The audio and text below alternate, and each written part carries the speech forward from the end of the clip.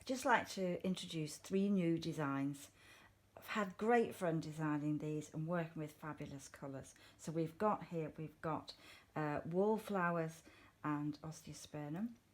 We've got Purple Mist, you know, really interesting border, and then we've got the red border, all worked with easy stitches.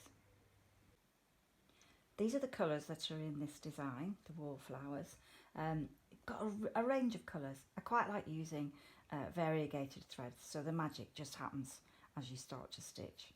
So the first thing that you're going to do is you're going to place the organzas onto the fabric over the print, and then we're going to stitch. So it's the stitching that holds the organza in place.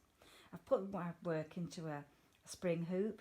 This is the 5-inch hoop, and actually it's a perfect size for this design, seeing as you get the display hoop in, which is also a 5-inch hoop.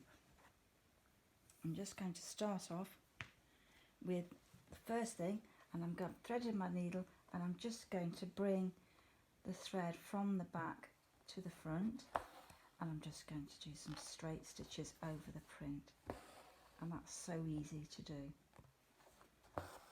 Makes a great sound as it goes through the fabric.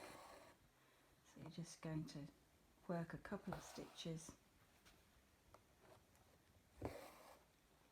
and as it's a variegated thread, you'll see it change quite quickly, and you work through, and then after you've done the first lot of stitching, you're going to introduce other colours and build that area in, so it's a more textured grassy area.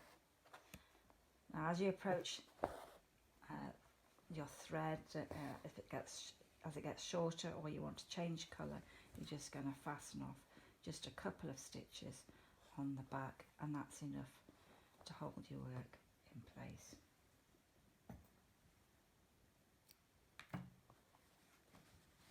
Okay, the next stitch that I use quite a lot is a French knot, so I'm just going to show you how to do that. Obviously in your kit you'll get full instructions and stitch diagrams, you'll get step-by-step instructions. There is a plan. Okay, so I'm just going to thread, and you can tie a knot to start with, or you can work the thread in afterwards. But this is a great stitch, so for a French knot I'm just going to bring the thread from the back, and then I'm going to hold the thread fairly taut, and then I'm going to go around once, twice, and I'm going to turn the needle, and I'm going to place the needle into the fabric, not exactly the same place, almost, and as you push the needle into the fabric, just tighten that thread, and that gives it its nice shape. So as you pull the thread through, just let it travel in on its own, and you'll get a lovely French knot. So that's 6 strands, so that makes quite a large knot. If you want to keep the thread the same, but you want the knot to be a little bit smaller, just go around once.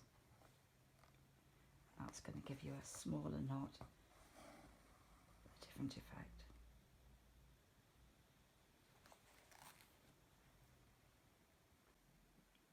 For this design, to add a little bit of texture in the foreground, I'm using a piece of organza that has a print on the fabric, and we're going to stitch that and then apply it afterwards to the background of the other part of the picture.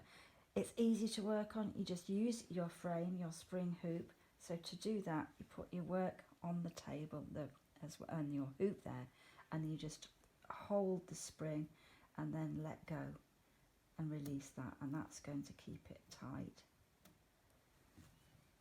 And then you've got your work ready to start and stitch. I'm just going to show you that it's very easy to work. I'm not putting a knot on the back this time. I'm going to sort of bury the thread inside, and I'm going to stitch through the fabric. You've got a guide there. There is a print, and then once you've completed the whole shape, you're then going to cut that out, or you can melt it out and then apply it to the background. Easy to work. If the tension changes, you can tighten the spring So you just treat it like a normal piece of fabric.